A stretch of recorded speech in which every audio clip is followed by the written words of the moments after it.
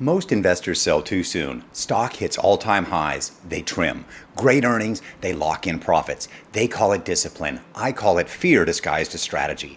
Because here's the harsh truth. The average investor underperforms not because they miss opportunities, but because they sell their winners too early. Meanwhile, I'm up over $1.6 million year to date. That's a 47% return, and we're only halfway through the year.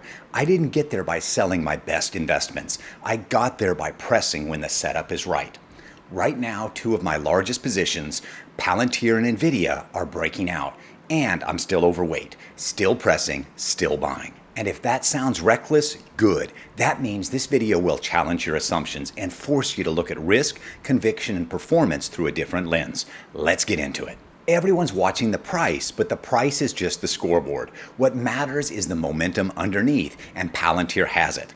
This isn't a stock that's running on headlines, it's running on execution. Let's talk facts.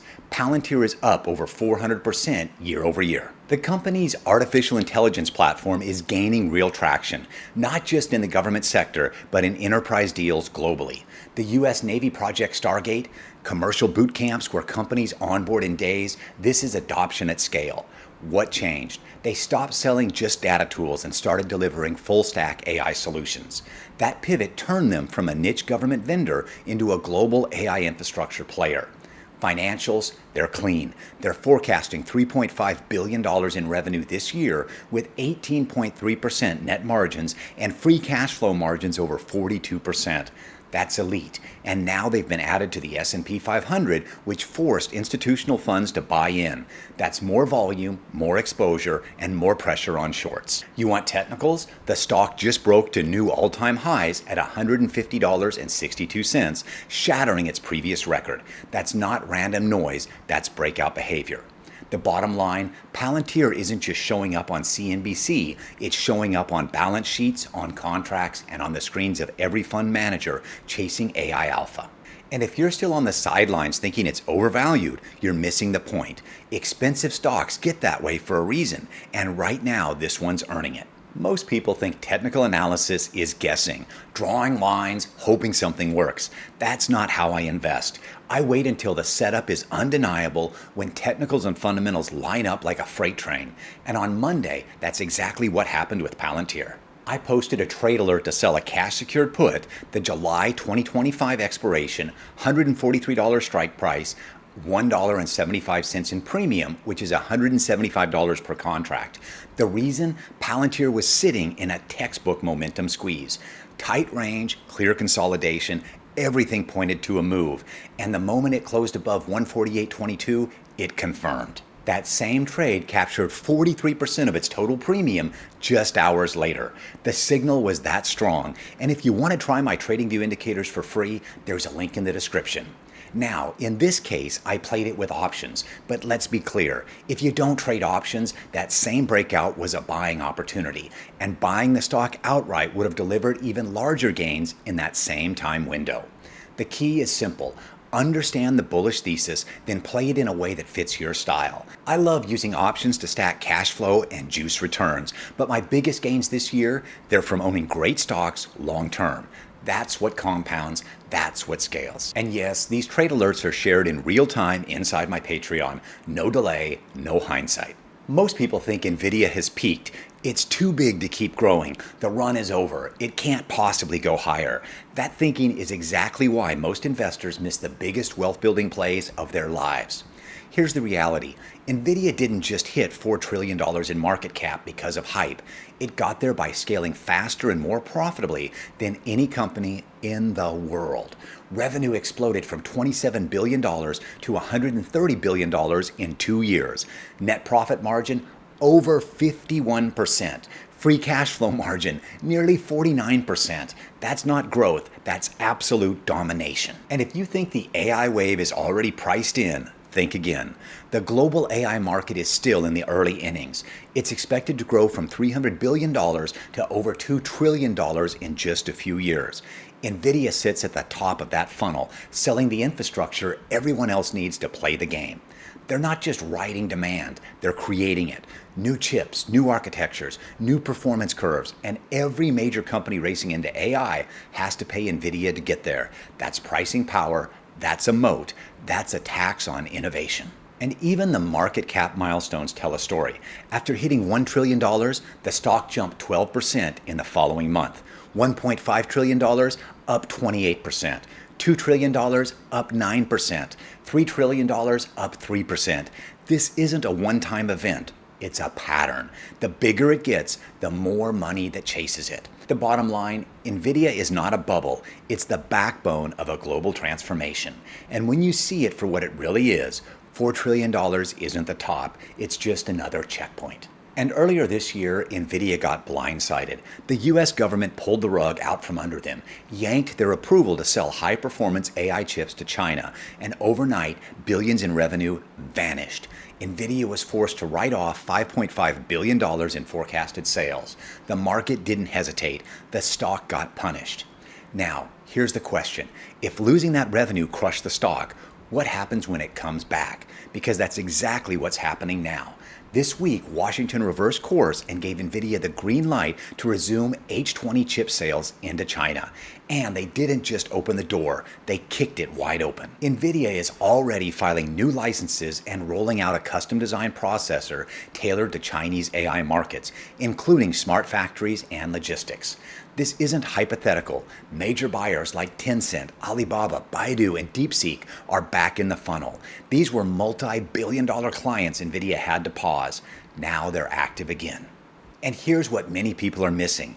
NVIDIA was already the dominant player globally, but China was the one market that got blocked, and that shutdown hurt. Now that pipeline is reactivated, and the revenue NVIDIA had to eat in write-offs, it's coming back. Most investors haven't recalculated the model. They haven't adjusted for the reversal of that hit. They just remember the punishment, not the recovery. NVIDIA didn't just reopen a market, it flipped the switch on billions in previously lost sales. And now the market has to catch up to the revenue that's coming back. Now let's get something straight.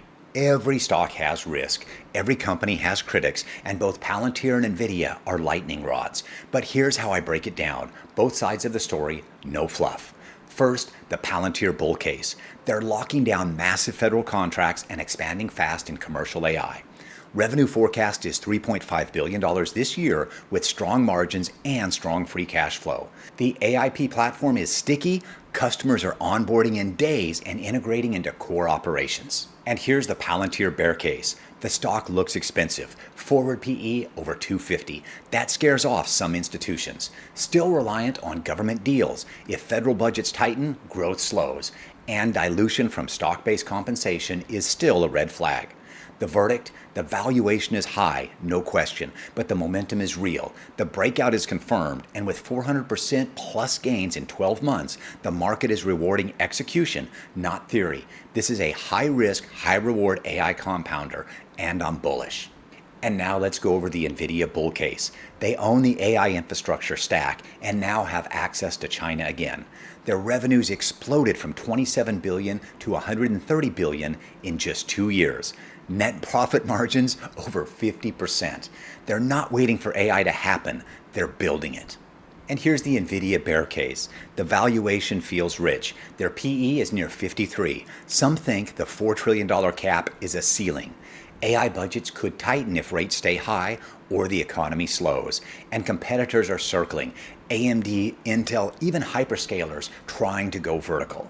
The verdict? NVIDIA isn't priced like a value stock because it's not one. It's priced like a monopoly that just reopened a billion-dollar pipeline. If you're waiting for a cheap entry, you'll wait forever. I'm bullish on NVIDIA too. The bottom line, these aren't hype plays. These are the companies building the picks and shovels of the AI economy. Yes, they're expensive, but expensive and growing beats cheap and dying every time. This year, I've been asked the same question over and over. Aren't you going to trim? Palantir is up 400%. NVIDIA just hit $4 trillion. Most people would be scaling back, but I'm not. I'm pressing forward. Here's why. I sold cash-secured puts on Palantir earlier this week. That trade captured 43% of its total premium within hours. Why? Because the breakout was clean, the setup was textbook, and the momentum was real. But here's the truth. Whether you trade options or not, the opportunity was there. Buying the stock outright, that paid even more. Options are great for stacking returns, but let's not confuse tools with outcomes. My biggest wins this year didn't come from complex investments or trades. They came from owning great businesses and letting them run. I'm overweight on Palantir, I'm overweight on Nvidia, and I'm not trimming. And no, I'm not just saying that. My portfolio is up over $1.6 million this year. That's a 47% return, and we're only halfway through 2025. You don't get those numbers by selling strength. You get them by identifying category leaders, sizing with conviction, and holding through volatility. And when the story gets stronger, like Nvidia reopening billions in China sales, you double down, not tap out. Palantir and Nvidia aren't trades. They're foundational. They're delivering earnings, expanding moats, and compounding results. And unless the story changes, my playbook doesn't either. So here are my final thoughts. If you're not making money, it's your fault. And at this point, you've got two options. Option one, you take action, you stop chasing the headlines, you start following a real system, the same one that helped me capture 43% of a Palantir trade in hours, the same one that's delivered over $1.6 million in portfolio gains just this year. Or option two, you do nothing. You keep watching videos, hesitating, overthinking. 6 months from now, you'll wish you moved, but it'll be too late. And don't just take my word for it.